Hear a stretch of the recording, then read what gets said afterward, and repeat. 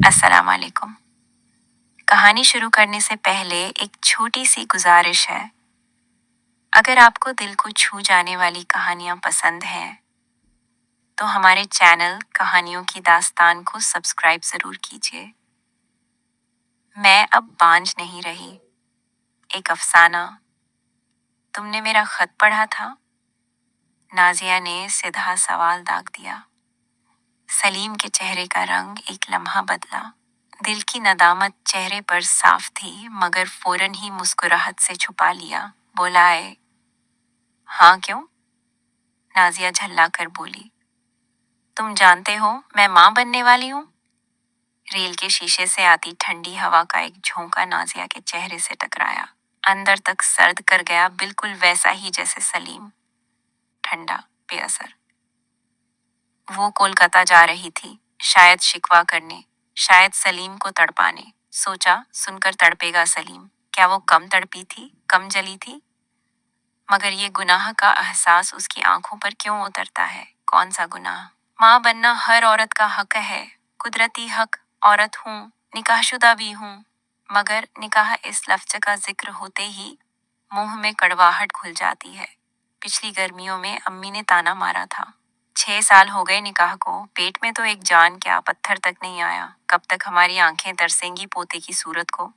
कुछ बोल दो तो जुबान ऐसी चलती है जैसे आ रही। मैं तो पहले ही समझ गई थी, सीना देखा है तेरा, जैसे औरत ही नहीं है। मुझे तो पहले से शक था ये बांझ ही रहेगी। शक्ल भी ऐसी जैसे कोई बरकत हो ही नहीं। घर की पढ़ाई लिखाई पे तो बड़ा गुमान था ना, अब देखो। उनकी बातें नाजिया के कानों को चीरती चली गईं। सीना अंदर से खौल उठा था। जी चाहा बोल दे, अपने लाडले को भी देख लिया होता। सब मेरा ही कसूर थोड़ी है। रिपोर्ट लेकर उस बुढ़िया के मुंह पे दे मारे। अगर कोई और होती तो कब की कर चुकी होती। डॉक्टर की मेज पर जब वो रिपोर्ट रखी गई थी, तब डॉक्टर ने अफसोस से सिर हिलाते हुए कहा, माफ कीजिए मिसेस सलीम, कुछ नहीं कर सकते। आप चाहें तो गोद ले सकती हैं, पर उम्मीद अब नहीं रही। उस कागज के टुकड़े ने जैसे उसकी पूरी रोशनी छीन ली थी। दिवाली कभी नहीं लौटी। सलीम पास ही खड़े थे, थका हुआ हाथ उसके कंधे पर रखा। खामोशी से तक रहे थे शून्य में, जैसे कुछ खो गया हो। उस दिन के बाद सलीम ने बहुत दिन कोई बात नहीं की। ना जाने ये हार कर भी ना हारने की जिद थी, या फिर अपनी गलती की शर्म। मगर जो सहारा वो चाहती थी वो उसे नहीं मिला। शायद जख्म दोनों के थे, लेकिन दर्द का एहसास अलग अलग था। एक दिन जब खामोशी से खाना खा रहे थे, सलीम ने दीवार की तरफ मुंह करके पूछा, नाजिया, खाना खत्म होने के बाद कुछ वक्त दोगी मुझे? वो तो कब से भरी बैठी थी। गुस्से से कहा, क्यों, वक्त क्या मेरे झोली में रखा है? सलीम चुप हो गए, फिर धीमे से बोले, नाजिया, समझने की कोशिश करो। वो ऊंचे कद वाले सलीम नाजिया से 4-5 इंच लंबे उसके पीछे खड़े हो गए थे, हाथ लटकाए हुए। वो गुस्से में बेडरूम में चली आई और सलीम भी पीछे पीछे। नाजिया, सुन रही हो?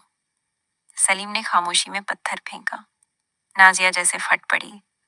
और क्या बाहरी हूं मैं, सबकी सुनने को बची हूं, क्योंकि बांझ हूं ना, तुम्हारे बनाए हुए लफ्ज़ से बांझ। और तुम्हारी माँ, सारा इल्जाम मुझ पर, अपने बेटे में उन्हें कोई खोट नजर नहीं आता। बोलो सलीम, मेरी क्या गलती है? अगर तुम मुझ में बीज नहीं बो सकते तो मैं। उसका चेहरा गुस्से से तमतमा उठा। सुन लो सलीम, अब और नहीं सह सकती मैं। सब मुझे जलाते हैं, मेरा वजूद बिखर रहा है। अब अगर किसी ने कुछ कहा तो मैं ये रिपोर्ट उसके मुंह पे दे मारूंगी। सलीम चुपचाप बोले, रो लो और रो लो, तकलीफ तो सिर्फ तुम्हें है ना। मुझे कोई नहीं है जिसके सामने मैं भी रो सकूं, जिसे धमकी दे सकूं। क्या मैंने कोई गुनाह किया है? वो उठे और खिड़की के पास चले गए। कुछ पल बाद वापस मुड़े। आखिर तुम चाहती क्या हो? यही कि मुझे इतना जलील कर दो कि मैं खुदकुशी कर लूं? बकवास बंद करो सलीम। नाजिया गरज पड़ी, तुम मरोगे नहीं, मरना तो मुझे ही पड़ेगा, क्योंकि मैं औरत हूं। पर नहीं, अब मैं जिंदा रहूंगी, पूरे हक से जीऊंगी। क्यों उठाऊं तुम्हारा बोझ? सलीम टकटकी लगाए देखते रहे। जरूरत नहीं सलीम, मैं सबको बता दूंगी कि बीच में मत बोलो नाजिया। सलीम की आवाज भारी हो गई। अगर तुम अपना वजूद चाहती हो तो क्या मुझे मिटाना जरूरी है?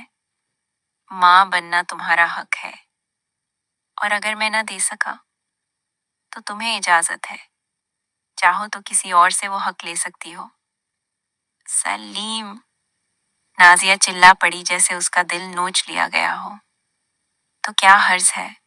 सलीम बोले, इस घर की बुनियाद भी बच जाएगी और तुम भी। बस करो। तुम सिर्फ मुझे बदनाम करना चाहते हो ताकि अपनी नाकामी छिपा सको। तुम्हारा दिल पत्थर हो चुका है नाजिया। मैं तुम्हें तुम्हारा हक लौटाने की कोशिश कर रहा हूँ, अपने आप को मिटाकर भी। सलीम का चेहरा भीग गया। कुछ देर बाद वो चुपचाप निकल गए। नाजिया को अचानक इस मर्द पर बहुत तरस आया। जी चाहा रोक ले, सीने से लग जाए, मगर वो कुछ भी न कर सकी। कुछ ही हफ्तों में सलीम ने कोलकाता ट्रांसफर करवा लिया। नाजिया अकेली रह गई। और फिर एक दिन कुंती की तरह उसने एक सूरज को बुलाया। ये ममत्व से ज्यादा इंतकाम था। उसने अपनी सूखी धरती पर एक बीज को इजाजत दी, और अब उसके अंदर एक सूरज पल रहा था। उसने लिखा, मैं अब बांझ नहीं रही, मैं अब मुकम्मल औरत हूँ, अपनी पहली और आखिरी पहचान के साथ। जब वो ट्रेन से उतरी तो सलीम वही खड़े थे। सफर ठीक से हुआ ना? सर्दी ज्यादा है। उन्होंने अपना शॉल उसके कंधों पर रख दिया। नाजिया ने कोई जवाब नहीं दिया, बस ताकती रही। रास्ते भर चुप। घर पहुंचने पर सलीम बोले, क्या बात है नाजिया, तबीयत तो ठीक है ना? तुमने मेरा खत पढ़ा था? वही सीधा सवाल दोबारा। हाँ, क्यों? तुम जानते हो मैं माँ बनने वाली हूँ। अरे हाँ, सलीम जैसे खिल गए। क्या प्यारी बात कही तुमने मेरी जान। उन्होंने उसे गले लगाया। नाजिया धक्का देकर अलग हुई। जानते हो ये बच्चा तुम्हारा नहीं है। तो क्या? सलीम मुस्कुरा दिए। तुम्हारा है, इतना काफी है। जानना चाहोगे किसका है? नहीं। सलीम का लहजा सख्त था। तुम पत्थर हो। नाजिया चिल्लाई, तुम मुझसे नफरत भी नहीं कर सकते, तुम तो मर चुके हो। वो उनके सीने पर सर रखकर रोती रही। सलीम ने उसके आंसू नहीं पोंछे, बस सर पर हाथ फेरते रहे। फिर बोले, चलो मैं दूध गर्म कर लाता हूँ, फिर आराम से सो जाना। नाजिया सिर झुकाए रोती रही, जैसे सारे गुनाह, सारे गम आंसुओं में बहा देना चाहती हो। ये थी एक और सच्चाई, एक और औरत की दास्तान। अगर ये कहानी आपके दिल तक पहुंची हो तो चैनल को सब्सक्राइब कीजिए और इस दर्द को दूसरों तक भी पहुंचा दीजिए। मिलते हैं अगली दास्तान में एक नए सच, एक नए दर्द के साथ। तब तक के लिए खुदा हाफिज।